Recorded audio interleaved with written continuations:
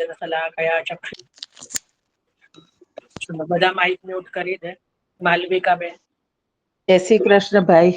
ભાઈ ચલો આપણે પ્રારંભ કરીએ છીએ. આજે ગઈકાલે આપણે જે છે એ પુરુષોત્તમ સહસ્ત્રનામ અને ત્રિવિધ નામાવલી એમાંથી આપણે જે છે એ જન્મ પ્રકરણની નામાવલીનું ચિંતન કરી ચૂક્યા છીએ. આજે આપણે લેવાનું છે દસમ સ્કંદ અનુક્રમણિકા. બરાબર, એની અંદરથી જન્મ પ્રકરણ નું ચિંતન કરવાનું છે.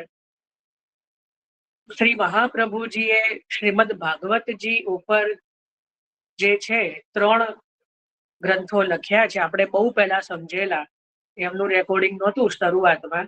સૌથી પહેલા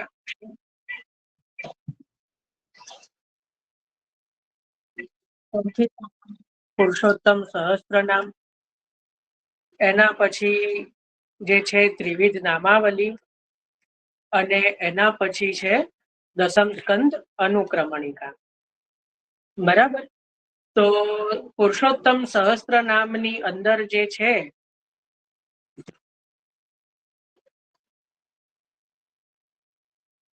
પુરુષોત્તમ સહસ્ત્રનામની જે અંદર છે એ 12 સ્કંદ ઉપરની નામાવલી શ્રી મહાપ્રભુજીએ આપે પ્રગટ કરી છે.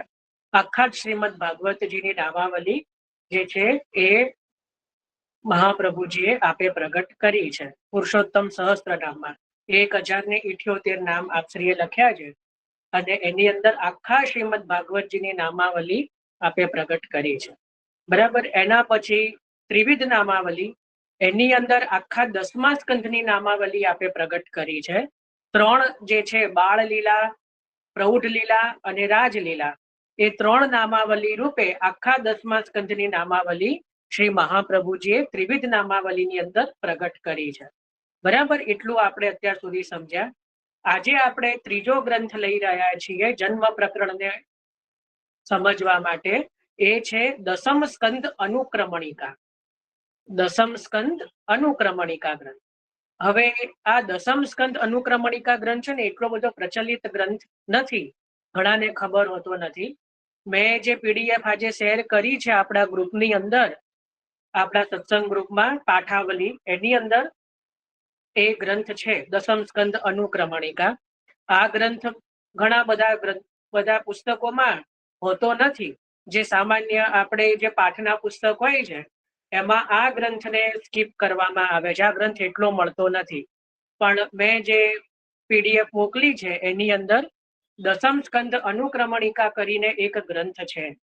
બરાબર, એનું સ્વરૂપ આપણે બહુ પહેલા સમજી ચૂક્યા છીએ, પણ છતાં આજે ફરી લઉં છું કારણ કે એ સમયે તો બહુ ઓછા વૈષ્ણવ હતા. શરૂઆતનું 1 અઠવાડિયું એમાં આપણે આ ગ્રંથ સમજેલા. એ શરૂઆતથી જે વૈષ્ણવો જોડાયેલા છે એમણે લખેલું હશે, પણ છતાં આપણે આજે ફરી થોડું સમજીએ છીએ કે આ દસમ સ્કંદ અનુક્રમણિકા ગ્રંથ શ્રી મહાપ્રભુજીએ કેમ પ્રગટ કર્યો, એનું ફલશ્રુતિ શું, અને જે છે કે એ કોને શીખવાડ્યો, એના પ્રમાણ સહિત આપણે જે છે વાર્તાની સંગતિના પ્રમાણ સહિત હું બતાવીશ. એટલે 84 વૈષ્ણવના વાર્તાજીનું પુસ્તક પણ પાસે રાખજો, કારણ કે હું કહું કે હવે આ વાર્તાજી ખોલો, આ પ્રસંગ જો, તો પછી એ ના થાય. એટલે વાર્તાજીનું પુસ્તક પણ સાથે લઈને રાખજો, એટલે હું આપને ત્યાં પણ બતાવીશ કે જો અહીંયા સંગતિ છે કે મહાપ્રભુજી આ ગ્રંથ આમને શીખવાડ્યો. બરાબર, સૌથી પહેલા આપણે આવીએ દસમ સ્કંદ અનુક્રમણિકા. હવે કોઈને એવો પ્રશ્ન થાય કે મહાપ્રભુજીએ ત્રિવિધ નામાવલી ગ્રંથની અંદર આખો 10મો સ્કંદની નામાવલી આપે પ્રગટ કરી જ દીધી છે, તો દસમ સ્કંદ અનુક્રમણિકાની જરૂર શું? કારણ કે દસમ સ્કંદ અનુક્રમણિકા એટલે શું કે જેની અંદર, બોલો ઈના, આમાં શું પ્રશ્ન છે?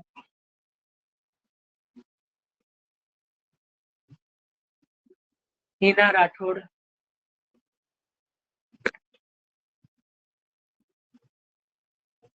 હિનાબેન હેન્ડ રેઝ કર્યો છે, કઈ કહેવું છે? દસમ સ્કંદ જે છે એની અંદર જે આપે ઓલરેડી ત્રિવિધ નામાવલીમાં દસમ સ્કંદ જે છે એ પ્રગટ આપે કરેલો છે, તો અનુક્રમણિકાની જરૂર શું રહી? તો એના માટે અહીંયા આપણે એ ચિંતન કરવાનું કે દસમા સ્કંદની ત્રિવિધ નામાવલીમાં નામાવલી તો પ્રગટ કરી, પરંતુ જે દસમ સ્કંદની અનુક્રમણિકા જે છે એની અંદર આખા દસમા સ્કંદનું એક ઇન્ડેક્સ સમજીએ ને, અનુક્રમણિકા એ મહાપ્રભુજીએ કેવલ 68 શ્લોકમાં આપી દીધી. જે મહાપ્રભુજીએ જે દસમા સ્કંધની અનુક્રમણિકા જે ઇન્ડેક્સ કહેવાય એ કેવલ જે છે એ આપે બહુ જ સંક્ષિપ્તમાં કેવલ 68 શ્લોક 68 શ્લોકની અંદર આખી અનુક્રમણિકા શ્રી મહાપ્રભુજીએ આ ગ્રંથમાં આપી દીધી. એટલે જે પુરુષોત્તમ સહસ્ત્ર નામ નથી કરી શકતા એને માટે ત્રિવિધ નામાવલી કે ભાઈ એટલો બધો સમય નથી, ત્રિવિધ નામાવલીનો પણ કદાચ સમય નથી રહેતો, તો આ દસમ સ્કંદ જે અનુક્રમણિકા છે એની અંદર પણ આખા દસમા સ્કંદની એક પ્રકારની ઇન્ડેક્સ મહાપ્રભુજીએ લખી. જો અત્યારના સમયમાં આપણે કોઈ પણ પુસ્તક હોય એની અનુક્રમણિકા બનાવવાનું તો ઓલરેડી પ્રચલિત છે. આપણી પાસે જે પણ શ્રીમદ ભાગવતજી હશે એની આગળ આખી અનુક્રમણિકા આપી દીધેલી હશે કે અધ્યાય 1 આ પાના નંબર પર, અધ્યાય 2 એનું પાછું પેલું ટાઇટલ આપે ને પછી પાના નંબર. તમે જે પેલા હસ્તલિખિત જયારે પુરાણો વેદો જુઓ ને એમાં કોઈ પહેલાના સમયમાં ઇન્ડેક્સ નહોતી અપાતી. એ સમય ઇન્ડેક્સ બનાવવાની રીત નહોતી. આજથી 100 વર્ષ 200 વર્ષ પહેલા કોઈ ઇન્ડેક્સ નહોતું બનાવતું. કોઈ અનુક્રમણિકા પહેલી મને તો લાગે છે કે શ્રી મહાપ્રભુજીએ પ્રારંભ કર્યો ઇન્ડેક્સ બનાવવાનો. એટલે આપે આખા શ્રીમદ ભાગવતજીની તો અનુક્રમણિકા નથી બનાવી, પણ દસમા સ્કંદની અનુક્રમણિકા બનાવી છે. એટલે એની અંદર આખા દસમા સ્કંદનો જે સાર છે એ કેવલ 68 શ્લોકની અંદર આપે આપી દીધો છે. સમજ્યા? એટલે 68 શ્લોકની અંદર આખા દસમા સ્કંદનો એક પ્રકારનો સાર જે છે એ શ્રી મહાપ્રભુજીએ આ ગ્રંથમાં આપે લખ્યો છે. એમાંથી આપણે આજે જન્મ પ્રકરણનું ચિંતન કરવાનું છે. તો એમાં આપણે જન્મ પ્રકરણ એટલે હવે આપણને ખબર છે કે દસમા સ્કંદના અધ્યાય 1, 2, 3 અને 4 શરૂઆતના 4 અધ્યાય જન્મ પ્રકરણ, જેના સુબોધનીજીનું ચિંતન આપણે ઓલરેડી કરી ચૂક્યા છીએ, અને એના પુરુષોત્તમ સહસ્ત્ર નામાવલી અને ત્રિવિધ નામાવલીમાંથી નામાવલી આપણે જોઈ ચૂક્યા છીએ. હવે આપણે જન્મ પ્રકરણનું ચિંતન જે છે આ જે અનુક્રમણિકા ગ્રંથમાંથી કરવાનું છે. તો આ અનુક્રમણિકા ગ્રંથની અંદર શ્લોક 1, 2, 3 અને 4 શરૂઆતના જે 4 શ્લોક છે, 1 થી લઈને 4 શ્લોક એ જન્મ પ્રકરણની અનુક્રમણિકા છે. સમજ પડી? શ્લોક 1, 2, 3 અને 4 એ 4 શ્લોક જે છે એ જન્મ પ્રકરણની અનુક્રમણિકા આપણે આજે એ 4 શ્લોક સમજવાના છીએ. બરાબર? એટલે દસમ સ્કંદ અનુક્રમણિકા તો બંધ થઈ જાય ને, 20 મિનિટ એટલે બંધ થઈ જાય ને, 20 મિનિટ એટલે બંધ થઈ જાય, કાઢી મૂકે. કોનું માઇક અનમ્યુટ થયું છે? એમને કહું છું, આમાં લખે એમાં કઈ એમાં જવાતું નથી, આવડતું નથી કઈ મને. ભાઈ કોઈને દેખાય તો નામ આપો. જોઈન કરતા ને ઓલા ફોટો નથી આવતો. બંધ કરો, નોટ કરો. હર્ષાબેન, કોણ છે? હર્ષાબેન નોટ કરો.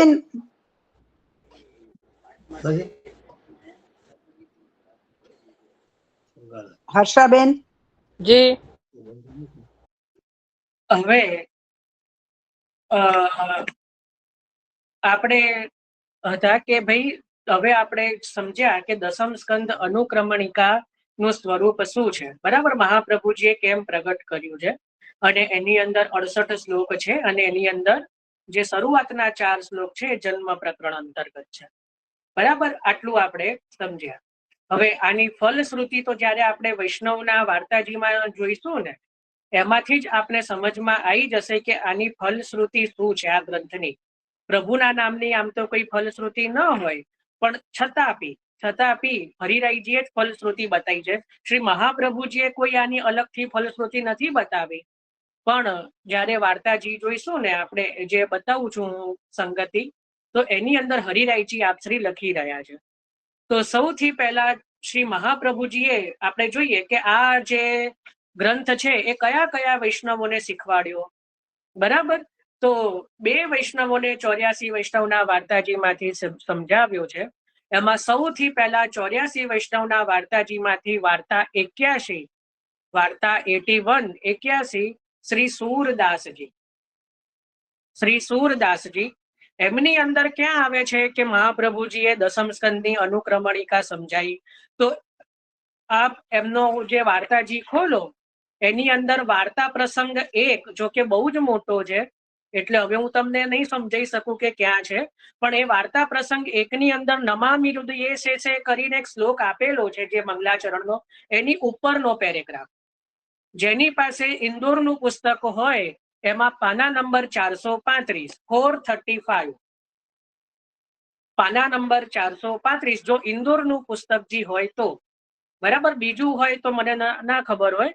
ઇન્દોરનું પુસ્તકજી જે મારી પાસે છે એના પ્રમાણે 435, 435 પેજ ખોલો અને બીજું કોઈ પુસ્તકજી જો આપની પાસે હોય તો સુરદાસજીના વાર્તાજી ખોલો, એની અંદર વાર્તા પ્રસંગ 1 અને એમાં શોધો કે નમામિ હૃદયે સે શ્લોક ક્યાં લખ્યો છે, એનો ઉપરનો પેરેગ્રાફ જુઓ. એની ઉપરના પેરેગ્રાફનો ભાવ પ્રકાશ, એની ઉપર પણ જુઓ ને, એની ઉપરનો ભાવ પ્રકાશ જ્યાં સુરદાસજી શરણે આવે છે ત્યાં. એટલે આપણા ઇન્દોરના પુસ્તકમાં 434મો પાનાથી શરૂ થાય છે અને 435મા પાના સુધી જાય છે. જુઓ હવે 434મા પાનામાં 434 કે જ્યાં સુરદાસજી શરણે આવે છે ત્યારે કહે છે કે सूरदास जी प्रसन्न होय के श्री यमुना जी में स्नान करी के अपरस ही में श्री आचार्य जी के पास आए. જ્યારે અપરસ કરીને શ્રી મહાપ્રભુજીની પાસે આવ્યા, શરણે આવ્યા, तब श्री आचार्य जी ने कृपा करी के सूरदास जी को नाम सुनायो, पाछे समर्पण करवायो, पाछे दसम स्कंद की अनुक्रमणिका करी हती सो सूरदास को सुनायो. એટલે પહેલા જે અનુક્રમણિકા આપે જે રચેલી છે એનું જે છે એ સુરદાસજીને સંભળાવી. બરાબર. બધાને મળ્યું હશે કે પાછે આપ દસમ સ્કંદ की अनुक्रमणिका કરી હતી સો सूरदास को सुनाए. હવે ભાવ પ્રકાશ. अष्टाक्षर मंत्र सुनायो, तासो सूरदास जी के सगरे जन्म के दोष मिटाए और 7 भक्ति भई. अष्टाक्षर थी जे छे नवधा भक्ति मांथी જે પ્રેમ લક્ષણા અને સખ્ય એ 2 ભક્તિને બાદ કરી દો તો બાકીની 7 ભક્તિ એ નામ શ્રવણથી સિદ્ધ થઈ. પાછે બ્રહ્મ સંબંધ કરવાયો, એટલે પછી બ્રહ્મ સંબંધ કરવાયો તાસો નવધા ભક્તિ સિદ્ધ ભઈ. એટલે પ્રેમ લક્ષણા અને સખ્ય ભક્તિ એ બંને પણ ભક્તિ સિદ્ધ થઈ એટલે જે છે એ નવધા ભક્તિ ત્યાં સિદ્ધ થઈ. सो रही प्रेम लक्षणा, सो दसम स्कंद की अनुक्रमणिका सुनाए, तब संपूर्ण जे पुरुषोत्तम की लीला सूरदास जी के हृदय में स्थापन भई. सो प्रेम लक्षणा भक्ति सिद्ध करी. એટલે અહીંયા જે દસમ સ્કંદની અનુક્રમણિકા જે છે એ સુરદાસજીને આપે સંભળાવી, એનાથી સુરદાસજીની અંદર પ્રેમ લક્ષણા ભક્તિ એટલે પ્રેમ લક્ષણા એટલે પુષ્ટિ માર્ગીય પરમ ફલ, પુષ્ટિ માર્ગીય પરમ ભક્તિ જે છે પ્રેમ લક્ષણા ભક્તિ એ સિદ્ધ ભઈ, એ સિદ્ધ થઈ સુરદાસજીના હૃદયમાં. એટલે દસમ સ્કંદની અનુક્રમણિકાનું ફલ શું કે જે આનો પાઠ નિરંતર કરે, નિત્ય કરે, એને પ્રેમ લક્ષણા ભક્તિ શ્રી મહાપ્રભુજીની કૃપાથી સિદ્ધ થાય છે. सो सगरी सुबोधिनी जी को ज्ञान श्री आचार्य जी ने सूरदास जी के हृदय में स्थापन कर दियो. आ दसम स्कंदनी अनुक्रमणिका द्वारा आखी सुबोधीजीનું જે જ્ઞાન છે એ સુરદાસજીના હૃદયમાં સ્થાપન કર્યું. तब भगवत लीला जश वर्णे को सामर्थ्य आयो, तब अनुक्रमणिका ते सगरी लीला हृदय में स्फुरी. जो अनुक्रमणिका એટલે દસમ સ્કંદ અનુક્રમણિકાના કેવલ શ્રવણ માત્રથી આખી દસમ સ્કંદની જે લીલા છે એ સુરદાસજીના હૃદયમાં સ્ફુરી અને ભગવદ લીલા જસ વર્ણન કરવાનું સામર્થ્ય જે છે એ સુરદાસજીમાં આવ્યું. બરાબર. તો આ સુરદાસજીની વાર્તાજીની અંદર જે છે એ દસમ સ્કંદ અનુક્રમણિકાનું સ્પષ્ટ રીતે વર્ણન આવી રહ્યું છે. બરાબર. આમાં કોઈને કઈ પ્રશ્ન હોય કે કઈ હોય તો પૂછી લો. મહાપ્રભુજીએ 2 વૈષ્ણવોને અનુક્રમણિકા શીખવાડી છે. એમાં આ પહેલા વૈષ્ણવ છે શ્રી સુરદાસજી. આમાં બધાને સમજ પડી, બધાને વાર્તા પ્રસંગ મળ્યો હશે અને બધાએ એ જોયો હશે. ન મળ્યો હોય તો અત્યારે જ પૂછી લો.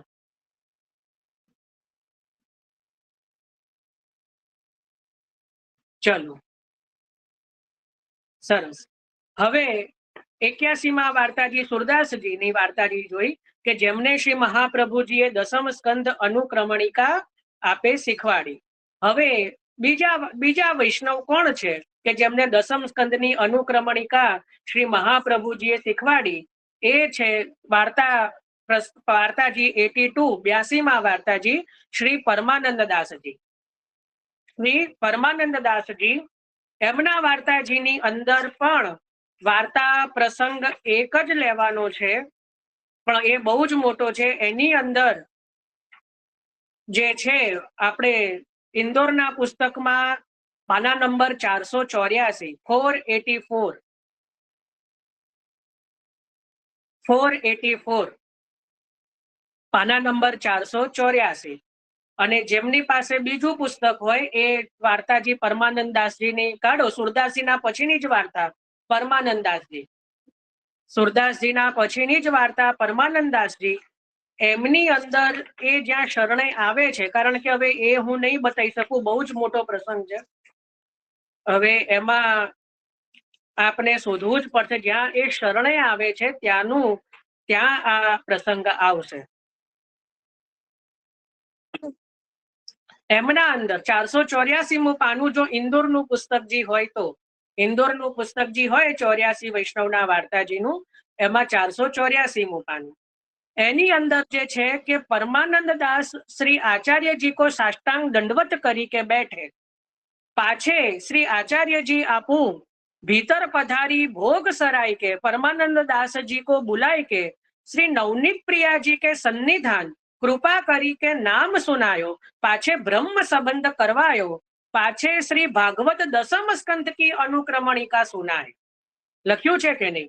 જેમ સુરદાસજીને પણ પહેલા નામ સુણાયું, પછી બ્રહ્મ સંબંધ કરાયું ને પછી દસમ સ્કંદની અનુક્રમણિકાનો શ્રવણ કરાયું, એ જ રીતે અહીંયા પરમાનંદ દાસજીને પણ નવનીત પ્રિયાજીની સન્મુખમાં પહેલા નામ સુણાયું, પછી બ્રહ્મ સંબંધ કરાયું અને પછી શ્રી ભાગવતજીની આ દસમ સ્કંદની અનુક્રમણિકા જે છે શ્રવણ કરવાઈ.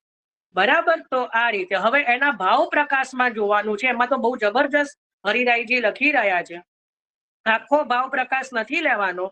એમાં જે છે કે जब नाम समर्पण कराय के अज्ञान प्रतिबंध दूर कियो, ता पाछे श्री भागवत दसम स्कंद की अनुक्रमणिका सुनाए, तब साक्षात श्री नवनीत प्रिया जी के स्वरूप को अनुभव भयो और दसम स्कंद की सगरी लीला स्फुरी. જ્યારે શ્રી મહાપ્રભુજીએ પરમાનંદ દાસજીને દસમ સ્કંદની અનુક્રમણિકા શ્રવણ કરાવી ત્યારે નવનીત પ્રિયાજીના સ્વરૂપનો અનુભવ થયો અને દસમ સ્કંદની સઘળી લીલા જે છે એ સ્ફુરી. परमानंद दास को दसम की अनुक्रमणिका सुनाए, ताको कारण यह है जो सर्वोत्तम स्तोत्र ग्रंथ श्री गुसाई जी प्रकट किए हैं, तामे श्री आचार्य जी को नाम कहे है, जो श्री भागवत पीयूष समुद्र मथन क्षमः. सो श्री भागवत को श्री गुसाई जी अमृत को समुद्र करी के वर्णन किए, सो आचार्य जी आपू अनुक्रमणिका द्वारा श्री भागवत रूपी समुद्र परमानंद दास के हृदय में स्थापन कियो. लख्યું છે કે નહીં? જુઓ કે પરમાનંદ દાસજીના હૃદયમાં આ દસમ સ્કંદ અનુક્રમણિકા દ્વારા જે છે આ ભાગવત રૂપી સમુદ્ર, દસમ સ્કંદનો સમુદ્ર છે એ સ્થાપન કર્યું. તાસો વૈષ્ણવ તો અનેક ભય, बतासो वैष्णव तो अनेक श्री आचार्य जी के कृपा पात्र भये, परंतु सूरदास और परमानंद दास दो सागर भये. આ બે જ વૈષ્ણવોને શ્રી મહાપ્રભુજીએ દસમ સ્કંદની અનુક્રમણિકા શ્રવણ કરાવી અને આ બંને વૈષ્ણવ સાગર થયા, સુર સાગર અને પરમાનંદ સાગર. એટલા જ માટે આ બે જ વૈષ્ણવ સાગર થયા. વિચારો, દસમ સ્કંદ અનુક્રમણિકાની ફલશ્રુતિ શું કે વૈષ્ણવને સાગર કરી દે, બુંદમાંથી સાગર કરી દે. જે બુંદ રૂપ કૃપા, આ દસમ સ્કંદની જે કૃપા રૂપી બુંદ, દસમ સ્કંદ અનુક્રમણિકા રૂપી ગ્રંથની કૃપા રૂપી બુંદ જેના પર પડી જાય એને સાગર કરી દે છે. તાસો ये दो सागर भय इन दोन के कीर्तन की संख्या ना. આ બંનેના કીર્તનની કોઈ એક નિશ્ચિત સંખ્યા નથી, અનેકો પદ અનેકો કીર્તનો આપે કર્યા છે. સો દો સાગર કહેવાય, બંને સાગર કહેવાયા. બરાબર. તો આટલું જે છે એ પછી આચાર્યજીને આજ્ઞા કરી કે હવે પ્રભુ કી લીલા ગાઓ. તો તબ સંયોગ રસ કો અનુભવ થયો અને પરમાનંદ દાસજીએ જે છે એ પ્રભુની લીલાનું ગાન કર્યું. બરાબર. તો આ રીતે સુરદાસજી અને પરમાનંદ દાસજી આ બંનેને શ્રી મહાપ્રભુજીએ શ્રી દસમ સ્કંદની અનુક્રમણિકા જે છે શ્રવણ કરાઈ અને એ બંનેના જે છે પ્રભુના સ્વરૂપનો અનુભવ થયો, દસમ સ્કંદની લીલાનો અનુભવ થયો. જે પ્રભુની લીલા જે છે હૃદયારૂઢ થઈ અને એનાથી જે છે બંને જે છે એ સાગર થયા, સુર સાગર અને પરમાનંદ સાગર. બરાબર. તો આ રીતે જે છે દસમ સ્કંદની અનુક્રમણિકા જે છે એનું આવું ફલ છે, આવું ગ્રંથ, આટલો બધો વિશિષ્ટ ગ્રંથ છે. ખ્યાલ આવ્યો? એટલે પરમાનંદ દાસજીની પણ જે છે વાર્તા જેની અંદર આ દસમ સ્કંદ અનુક્રમણિકાનું વર્ણન મળે છે. એટલે શ્રી મહાપ્રભુજીએ 84 વૈષ્ણવમાંથી બે વૈષ્ણવોને જે છે આ દસમ સ્કંદની અનુક્રમણિકા શ્રવણ કરાવી છે, શીખવાડી છે અને એનાથી એ બંને સાગર થયા છે. બરાબર. તો આ રીતે આપણે આ બે વૈષ્ણવોની સંગતિ જોઈ અને આપણે શ્રીમદ દસમ સ્કંદ અનુક્રમણિકા જે ગ્રંથ છે એનું સ્વરૂપ સમજ્યા. ચલો, આમાં કોઈને કઈ પ્રશ્ન શંકા અત્યાર સુધી કઈ બી હોય તો હેન્ડ રેઝ કરીને પૂછી લો. નહીતર આપણે આજે મૂળ ગ્રંથ જે છે એમાં પ્રવેશ કરીએ. 4 જ શ્લોક જોવાના છે એટલે આજે થઈ જશે.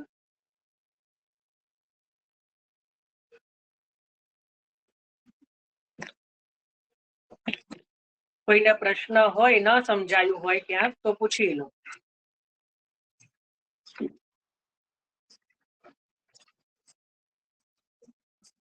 બધાને સમજ પડી ગઈ છે?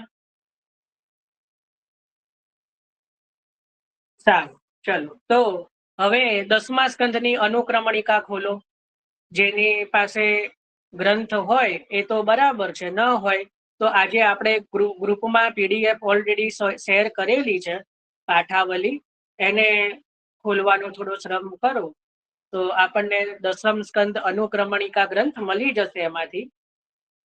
એમાં પ્રથમ 4 શ્લોક જે છે એ હું પહેલા બોલી રહ્યો છું. પેજ નંબર 99 છે, જેને ના મળે એને.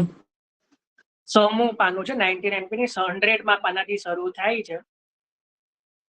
શ્રીમદ ભાગવત દસમ સ્કંદ અનુક્રમણિકા.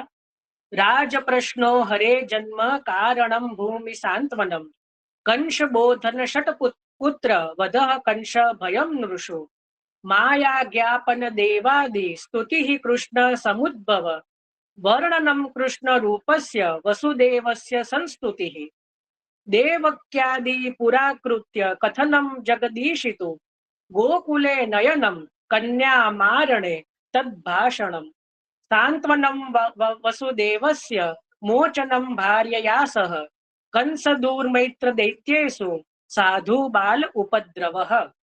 આ પ્રકારે જે 4 શ્લોક જે છે એ જન્મ પ્રકરણના 4 અધ્યાય ઉપરથી શ્રી મહાપ્રભુજીએ આપે લખ્યા છે.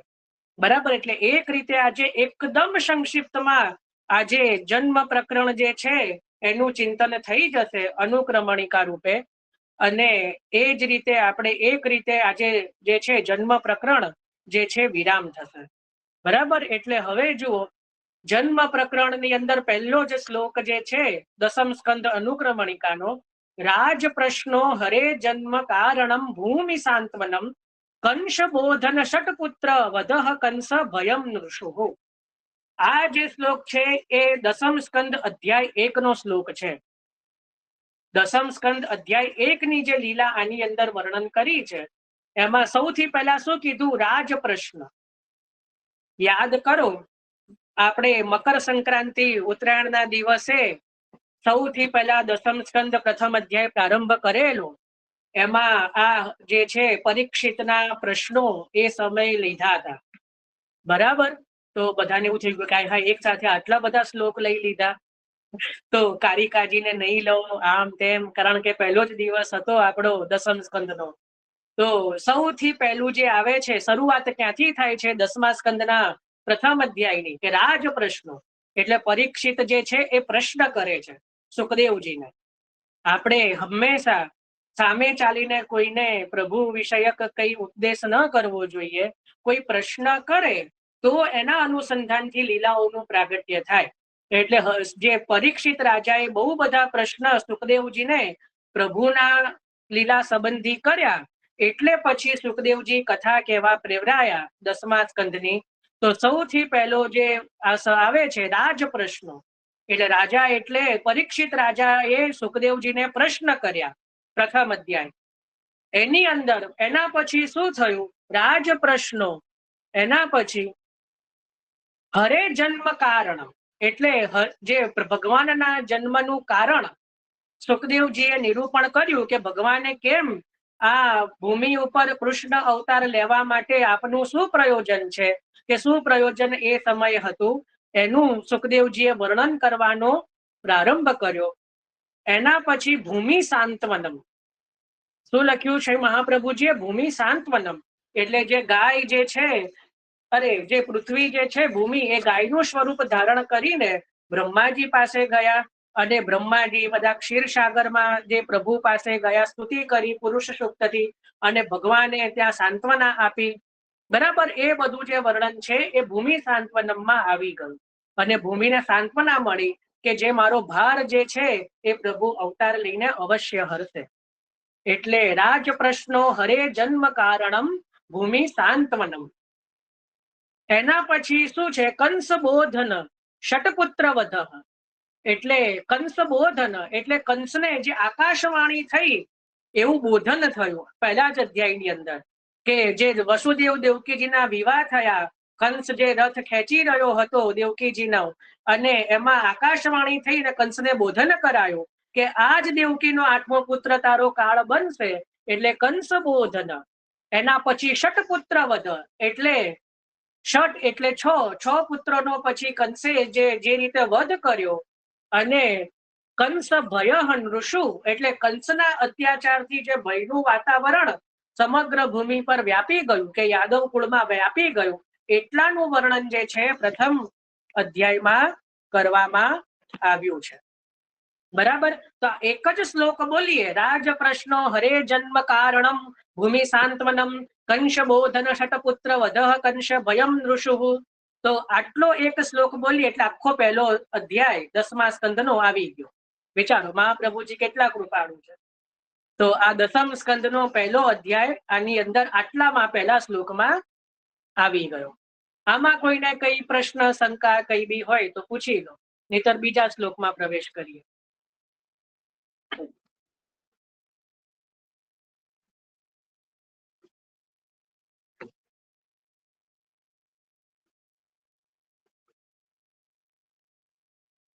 ચલો, કોઈનો હેન્ડ રેસ નથી તો પહેલો શ્લોક સમજમાં આવી ગયો છે. આમ બી આપણે બહુ બધી વાર આ રિપીટ કરવાનું છે.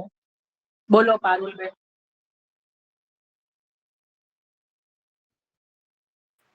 નૃષુ શબ્દનો શું અર્થ થાય એમાં? શ્લોકમાં છેલ્લો શબ્દ છે ને, નૃષુ, નૃષુ. હા, ઉભા. એનો શું અર્થ થાય? નૃષુ એટલે જે છે કે કંસના ભયથી જે વાતાવરણ જે એ સમય ઉદ્ભવ્યું એ.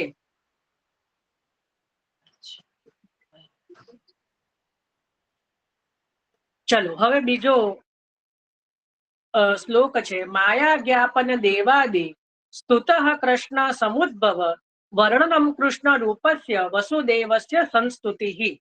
માયા જ્ઞાપન દેવાદિ સ્તુતઃ કૃષ્ણ સમુદ્ભવ વર્ણનમ કૃષ્ણ રૂપસ્ય વસુદેવસ્ય સંસ્તુતિ. હવે આની અંદર બીજો અને ત્રીજો અધ્યાય સંમિલિત છે. ત્રીજા અધ્યાયની બીજો અધ્યાય આખો આવી જશે અને ત્રીજો અધ્યાયનું આની અંદર શરૂઆત આવશે. જો બીજા અધ્યાયનું વર્ણન ક્યાં સુધી છે કે માયા જ્ઞાપન દેવાદિ સ્તુતઃ, બરાબર. તો ત્યાં સુધી આટલાની અંદર બીજા અધ્યાયનું વર્ણન કરેલું છે કે માયાને પ્રભુએ વ્રજમાં મોકલી અને પોતાનું કાર્ય કરાવડાયું. કયું? તો સંકર્ષણ વ્યૂહનું આકર્ષણ કરાયું. પછી યશોદાજીની કુખે ત્યાં જે છે એ ત્યાં પધાર્યા, જે યોગ માયા જે છે. અને એના પછી ભગવાન જે છે એ સ્વયં જે છે એ દેવકીજીના ગર્ભમાં પધાર્યા, બરાબર. તો માયા જ્ઞાપન દેવાદિ સ્તુતઃ એટલે માયા જ્ઞાપન એટલે માયા જોડે કાર્ય કરાયું. એના પછી ભગવાન જે છે દેવકીજીના ગર્ભમાં પધાર્યા એટલે દેવાદિ સ્તુતઃ એટલે દેવતાઓએ ભગવાનની સ્તુતિ કરી. આ બે જ શબ્દની અંદર આખો બીજો અધ્યાય આવી ગયો. બે જ શબ્દમાં શું કીધું? માયા જ્ઞાપન દેવાદિ સ્તુતઃ એટલે માયાનું જ્ઞાપન કર્યું અને દેવતાઓએ સ્તુતિ કરી. આ બે જે શબ્દ છે એની અંદર આખો બીજો અધ્યાય આવી ગયો. ખ્યાલ આવ્યો? હવે કૃષ્ણ સમુદ્ભવ એટલે કૃષ્ણનું જે પ્રાગટ્ય થયું, પ્રાગટ્ય તો ત્રીજા અધ્યાયમાં થયું છે. પ્રાગટ્ય પ્રભુનું જે છે એ ત્રીજા અધ્યાયમાં જે થયું છે.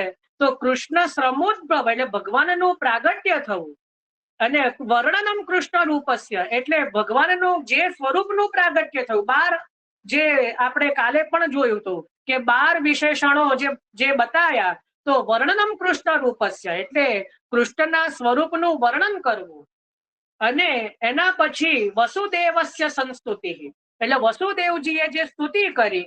આ જે છે તૃતીય અધ્યાય છે. હજી આગળ તૃતીય અધ્યાયનું વર્ણન આગળ ત્રીજા શ્લોકમાં પણ છે. પણ અહીંયા જે છે માયા જ્ઞાપન દેવાદિ જે સ્તુતઃ આટલા શબ્દથી બીજો અધ્યાય આવ્યો અને આગળ જે આવ્યું કૃષ્ણ સમુદ્ભવ એટલે ભગવાનનું પ્રાગટ્ય થયું. સમુદ્ભવ એટલે પ્રાગટ્ય થવું એટલે કૃષ્ણનું પ્રાગટ્ય થવું. સમુદ્ભવ વર્ણનમ કૃષ્ણ રૂપસ્ય એટલે કૃષ્ણના સ્વરૂપનું વર્ણન કર્યું અને વસુદેવસ્ય સંસ્તુતિ વસુદેવજીએ સારી રીતે સ્તુતિ કરી. આટલું જે છે એ ત્રીજા અધ્યાયમાં આવે છે. આ બીજો શ્લોક છે. અનુક્રમણિકાનો આ બીજો શ્લોક છે. આમાં કોઈને ન સમજ પડી હોય તો પૂછી લો. આ બહુ જ સંક્ષિપ્તમાં મહાપ્રભુજીએ લખ્યું છે. એટલે હવે જેને બરાબર ખબર હશે કે પહેલા અધ્યાયમાં શું આવે, બીજા અધ્યાયમાં શું આવે તો જ સમજ પડશે. બાકી બધું ઉપરથી જશે. એટલે આપે શું કરવું પડશે? જો સરળતાથી જેને નથી સમજ પડી રહી, દસમ સ્કંધની અનુક્રમણિકા ગ્રંથ તો ખોલ્યો જ છે, પણ આપની પાસે જે પણ શ્રીમદ ભાગવતજી હોય ને એની પણ ઇન્ડેક્સ ખોલો. ધારો કે આપની પાસે આ રીતે ધારો કે ગીતા પ્રેસનું શ્રીમદ ભાગવતજી હોય તો એની આ રીતે ઇન્ડેક્સ ખોલીને રાખો 10મા સ્કંદની, બરાબર. તો આપને એક્ઝેક્ટ આઈડિયા આવશે કારણ કે ઇન્ડેક્સમાં લખ્યું હશે કે શું આનો સાર છે. તો આપણે 2 શ્લોક જોયા અનુક્રમણિકાના, જેની અંદર પહેલો અધ્યાય, બીજો અધ્યાય અને આ ત્રીજો અધ્યાયનું થોડું વર્ણન મહાપ્રભુજીએ કર્યું છે. હવે આપણે તૃતીય શ્લોક ત્રીજા શ્લોકમાં પ્રવેશ કરીએ છીએ.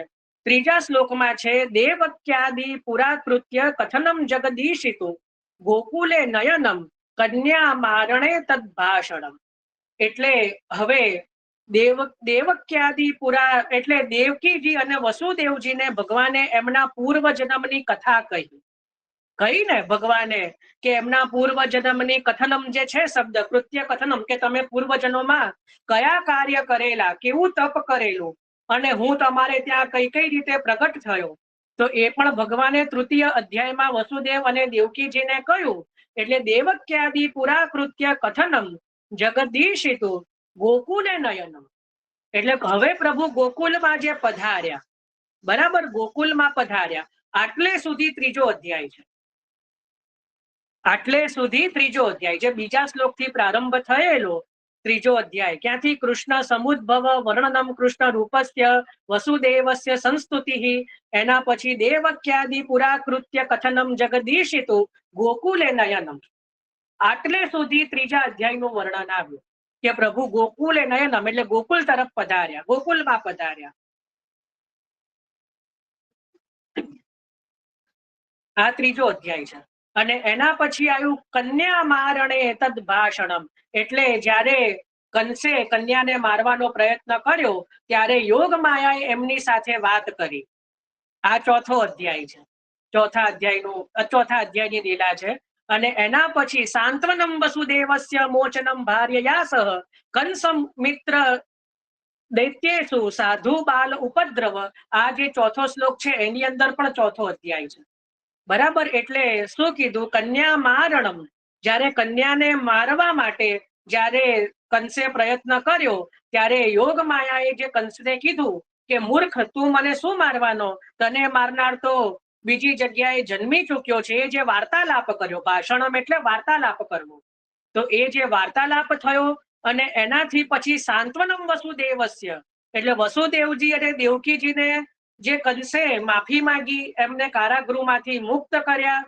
બરાબર. એટલે સાંત્વનમ વસુદેવસ્ય મોચનમ ભાર્યયા, એટલે ભાર્યયા એટલે દેવકીજી સાથે જ્યારે વસુદેવજીને મોચનમ એટલે મુક્ત કર્યા, કંસે એમને સાંત્વનમ એટલે સાંત્વના આપીને અને મોચનમ એટલે મુક્ત કર્યા વસુદેવજીને ભાર્યયા સહ, એટલે દેવકીજી સાથે વસુદેવજી અને દેવકીજીને સાથે જે છે કારાગૃહમાંથી બંનેને મુક્ત કર્યા.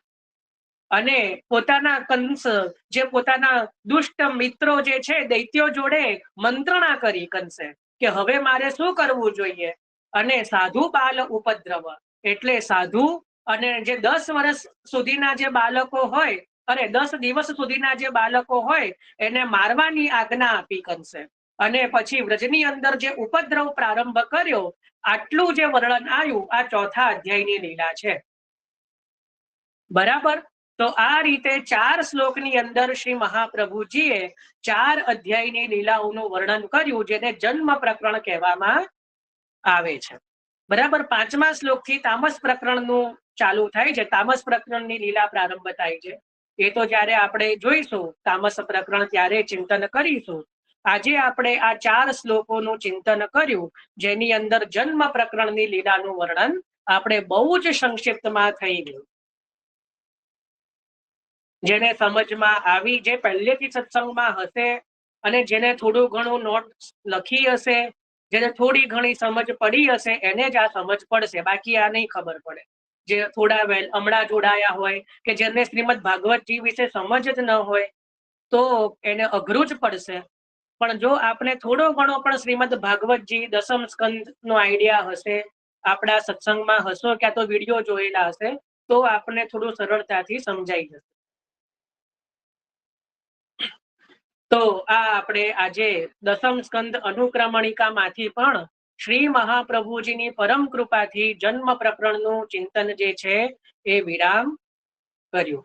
એટલે પુરુષોત્તમ સહસ્ત્રમાંથી પણ જન્મ પ્રકરણ વિરામ થયું, ત્રિવિધ નામાવલીમાંથી પણ જન્મ પ્રકરણ વિરામ થયું, અને આજે દસમ સ્કંદ અનુક્રમણિકામાંથી પણ જે છે જન્મ પ્રકરણ વિરામ થઈ ચૂક્યું.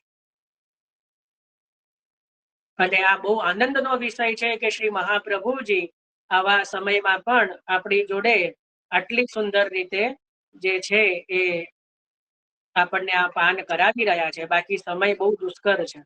આપણને હંમેશા લૌકિક કાર્ય કરીએ તો કોઈ અડચણ ન આવે, અલૌકિકમાં જ હંમેશા અડચણ આવે જો પ્રભુની ઈચ્છા ન હોય તો. આ પ્રભુની કૃપાને ઈચ્છા વગર સંભવ નથી. તો બહુ પરમ કૃપા છે કહેવાય પ્રભુની કે આપણે બહુ સુંદર રીતે ચિંતન થયું. ચાલો, આમાં કોઈને કઈ પ્રશ્ન શંકા કે કઈ બી હોય તો પૂછી લો. આજે કોઈ હેન્ડ રેસ નથી કરી રહ્યું, તમને થોડો ડર લાગે છે, કારણ કે મને ખબર છે ઘણા અડધાને તો સમજ જ નહીં પડી હોય અને ઘણાને સમજ પડી હોય પણ પૂછતા કે કદાચ કે એ ડર લાગે. આપણે જે છે સ્કંદની હેન્ડ રેસ કરો. બોલો, ચલો વાંધો. જેને બોલવું હોય હેન્ડ રેસ કરીને બોલજો. તો આપણે અહીંયા જે છે એ જે જન્મ પ્રકરણ જે છે એ અહીંયા વિરામ થયું. કાલે આપણે જન્મ પ્રકરણની કીર્તન સંગતિ લેવાની છે. હું કીર્તન શેર કરી દઈશ. છતાં પણ જેની જોડે ઇન્દોરના પુસ્તકજી હોય કીર્તનના, તો એ પાના નંબર લખી રાખો. પાના નંબર જે છે 21 થી લઈને 24 સુધી એક પદ છે સુરદાસજીનું, બાલ વિનોદ ભામતી લીલા અતિ પુનિત મુનિ ભાખ્યે હો. હું આના ફોટોગ્રાફ જે છે એ ગ્રુપમાં કાલે શેર કરી દઈશ. આ પદ કાલે લેવાનું છે આપણે. આની અંદર સુરદાસજીએ જન્મ પ્રકરણના 4 અધ્યાયની લીલા પદમાં વર્ણન કરી દીધી છે. એટલે કાલે આ આપણો છેલ્લો જે છે એ સમજી લો જન્મ પ્રકરણનું. હવે આ અંતિમ આપણે કાલે પદ લઈને જન્મ પ્રકરણને વિરામ લઈશું. જો કે પદ બહુ મોટું છે, 50 સ્તુકનું છે, એટલે 2 દિવસ જોઈશે. 25 સ્તુક કરીને આપણે લઈશું, પણ એટલે જેટલું લેવાય એટલું. પણ શનિવારના દિવસે જે છે જન્મ પ્રકરણ આપણું સંપૂર્ણ રીતે વિરામ થઈ જશે. બરાબર. હવે જન્મ પ્રકરણ શું છે મારે સમજાવવાની જરૂર નથી, કારણ કે હવે તો ચતુર્ભિષ્ટય પણ લઈ લીધું છે. હજી પણ ન સમજ પડે તે વિડીયો જોઈ લેવા. જન્મ પ્રકરણ એટલે શરૂઆતના 4 અધ્યાય દસમ સ્કંદના, કે જેની અંદર ભગવાનના પ્રાગટ્યનું વર્ણન છે. બરાબર, અતિ સંક્ષિપ્તમાં.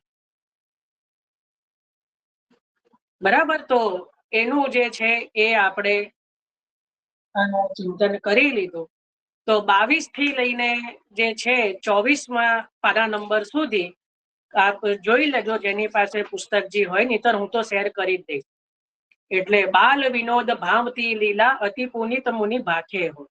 આ એક જે છે પદ આપણે કાલે લેવાનું છે, અને એના દ્વારા જન્મ પ્રકરણનું ચિંતન જે છે એ આપણે છેલ્લે કરી લઈશું.